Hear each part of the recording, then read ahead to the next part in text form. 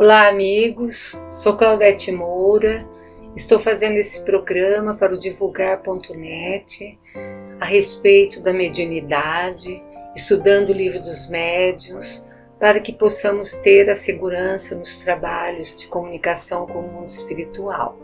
Estamos na segunda parte do livro dos médiuns, no capítulo 5º, que fala das manifestações espontâneas. E essas manifestações que acabamos de fazer no programa passado são aquelas manifestações mais agressivas. Então, Kardec fala que, embora produzidas por espíritos inferiores, porque, como nós falamos, os espíritos superiores não gostam de travessuras e de brincadeiras, embora deixem essas manifestações a cargo dos espíritos inferiores, mas são frequentemente provocados por espíritos de uma ordem mais elevada. Quer dizer, os espíritos inferiores são provocados pelos outros para efetuarem esse trabalho, porque qual que é o objetivo desses espíritos superiores? Demonstrar a existência dos seres incorpóreos, ou seja, dos espíritos, demonstrar a existência, que são dotados de poderes superiores a que está encarnado. Esses estudos espíritas nos ensinam a distinguir o que há de real e de falso ou de exagerado nos fenômenos que nós examinamos. Então nós precisamos, como Kardec sempre nos orienta, ter esses critérios para podermos saber o que é real, o que é exagerado, o que é falso. Quando um efeito estranho se produz, um ruído, um movimento, uma aparição, nós temos que encarar como coisa natural. Primeira coisa que nós temos que fazer.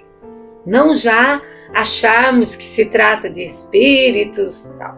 Vamos encarar primeiro como coisa natural e vamos procurar a causa desses fenômenos com bastante atenção. Então nós não vamos já atribuir logo de início, não, é um espírito que está fazendo isso. Vamos ver, estudar. As manifestações espontâneas, raramente elas vão ocorrer em lugares isolados. Por quê? É quase sempre em casa habitada que elas se verificam em virtude da presença que certas pessoas, sem querer, vão exercer essa influência, que são os médiuns naturais. A pessoa nem sabe que ela tem essa faculdade, ela nem sabe que ela própria está contribuindo, ela está cedendo seus fluidos para que os espíritos combinem com o deles e promovam esse fenômeno. Então, é isso que nós precisamos estudar, nós precisamos estar cientes de tudo isso. Para que haja esses fenômenos, olha o que é necessário. É preciso que o espírito queira, em primeiro lugar, e tenha um objetivo. Então o espírito tem que querer, e ele tem que ter um objetivo, um motivo para fazer.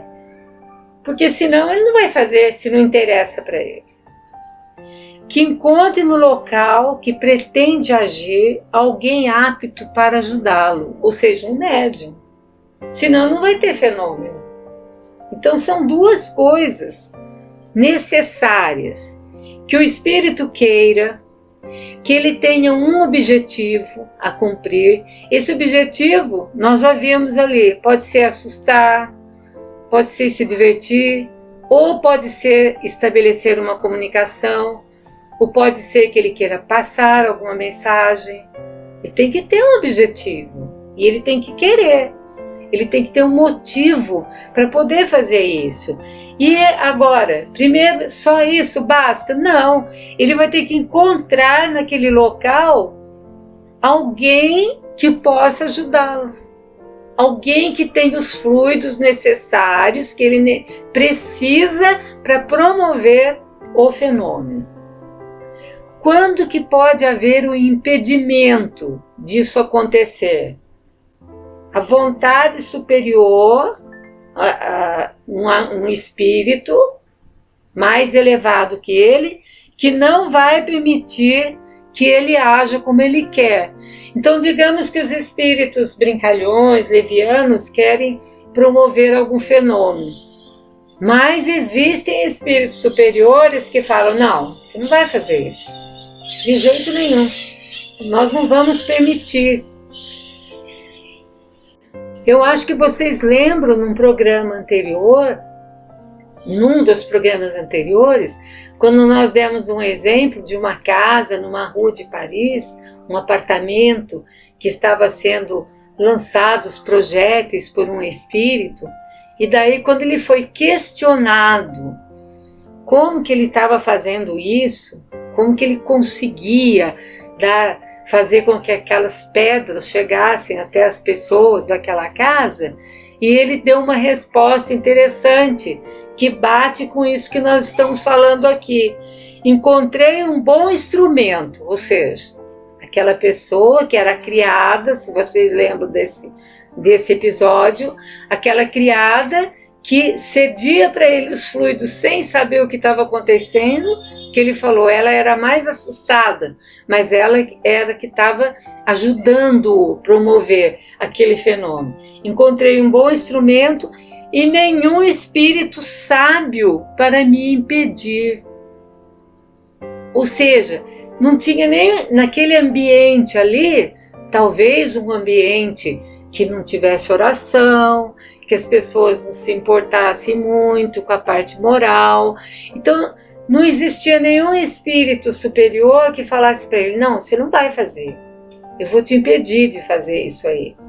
Ele fala isso abertamente quando ele foi perguntado, não encontrei nenhum espírito sábio para me impedir. Ou seja, então não é a revelia que eles fazem isso.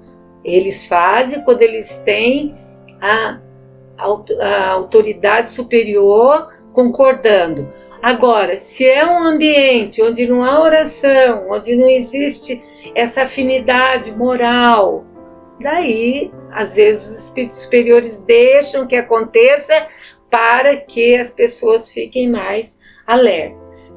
Também, só é permitido a esses espíritos agir dentro de certos limites. Eles não vão agir assim, assassinar uma pessoa. Eles podem, em amedrontando a pessoa pode até ter um infarto, um ataque cardíaco, sei lá, porque nós vemos casos relatados da Revista Espírita que o espírito apavorou tanto um senhor que ele acabou tendo um infarto e desencarnou. Mas isso aí não foi que o espírito conseguiu matá-lo. O espírito apenas o amedrontou, os nervos excitados, e foi a própria pessoa que talvez já tivesse algum problema cardíaco e acabou então desencarnando naquele local. Então, eles podem servir também como meio de convicção, de experiência para as pessoas que suportam esses fenômenos. Às vezes a pessoa não acredita. Então, após ela passar por uma situação dessa, ela pode acabar acreditando que existe realmente seres invisíveis que podem agir, que são como nós mesmos, só não tem o corpo físico. Ou também experiência, né, para as pessoas. Experiência no sentido que se a pessoa já tem um pouco de conhecimento e quando ela está prestes a verificar um fenômeno desse tipo, ela acaba aprendendo com a experiência. Nós, nos trabalhos de comunicação com o mundo espiritual, cada trabalho é uma experiência diferente para nós, porque nós nunca sabemos que tipos de espíritos nós vamos encontrar, que as manifestações são espontâneas. Nós não provocamos as manifestações. As manifestações vêm de acordo com a necessidade daqueles espíritos que precisam ser tratados.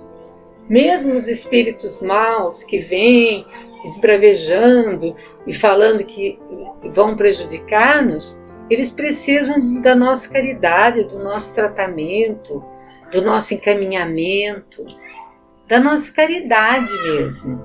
Então, as pessoas se tornam mais experientes após presenciarem esse tipo de fenômenos.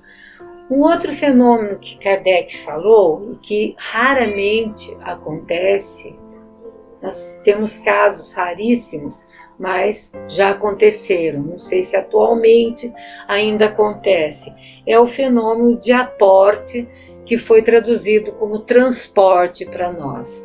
Segundo Herculano Pires, que é um estudioso do Espiritismo, foi um professor, filósofo, historiador, ele diz que esse transporte não é realmente a tradução do que quer dizer essa palavra aporte em francês. Mas para nós tem que ser essa palavra porque não existe outra tradução. O que é esse fenômeno? Consiste no transporte espontâneo de objetos que não existem no lugar da reunião. Como? Aparecem esses objetos. Não existiam lá. Se difere, então, esse fenômeno é diferente daqueles que nós estávamos estudando. Pancadas, objetos que vêm, são arremessados, barulhos. Não, são diferentes. São trazidos objetos para o local da reunião.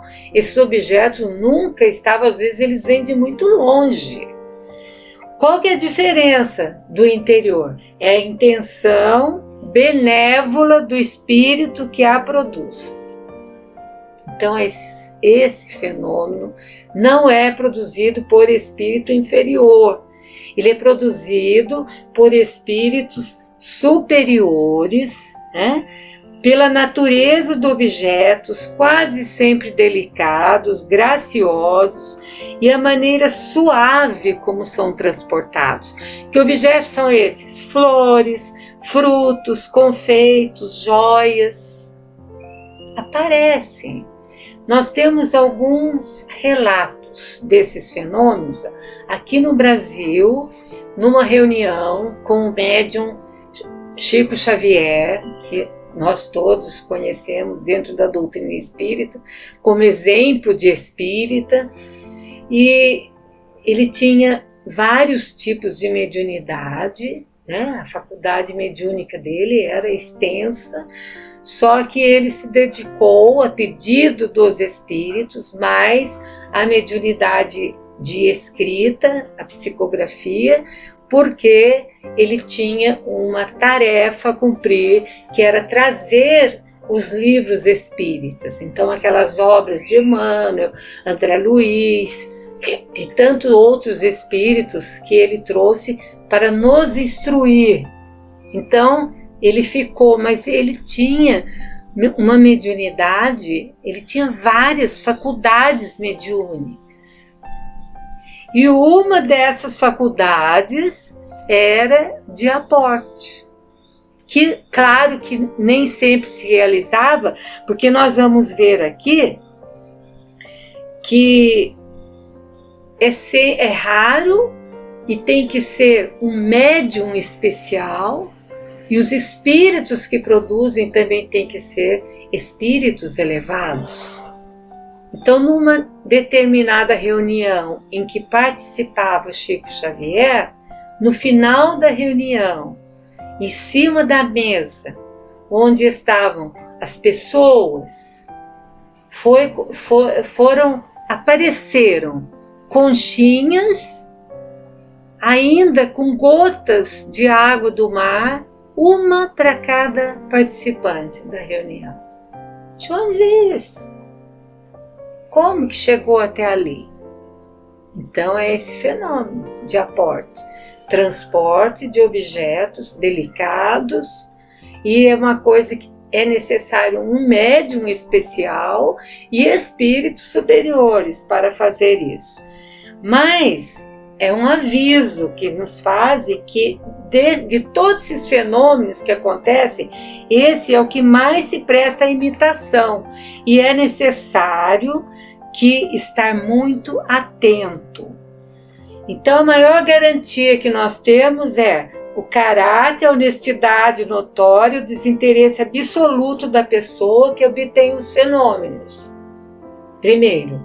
E depois, o exame atento das circunstâncias em que os fatos se produzem, para a gente não se enganar. E também o conhecimento esclarecido do Espiritismo, que a gente vai saber que é possível existir esse fenômeno. Bom, estamos hoje terminando o nosso programa, falando desse fenômeno de aporte. Estaremos mais vezes falando de outros fenômenos espíritas e agradecendo a audiência de todos vocês, o cuidado, o apoio que tem nos dado. Claudete Moura, para o divulgar.net.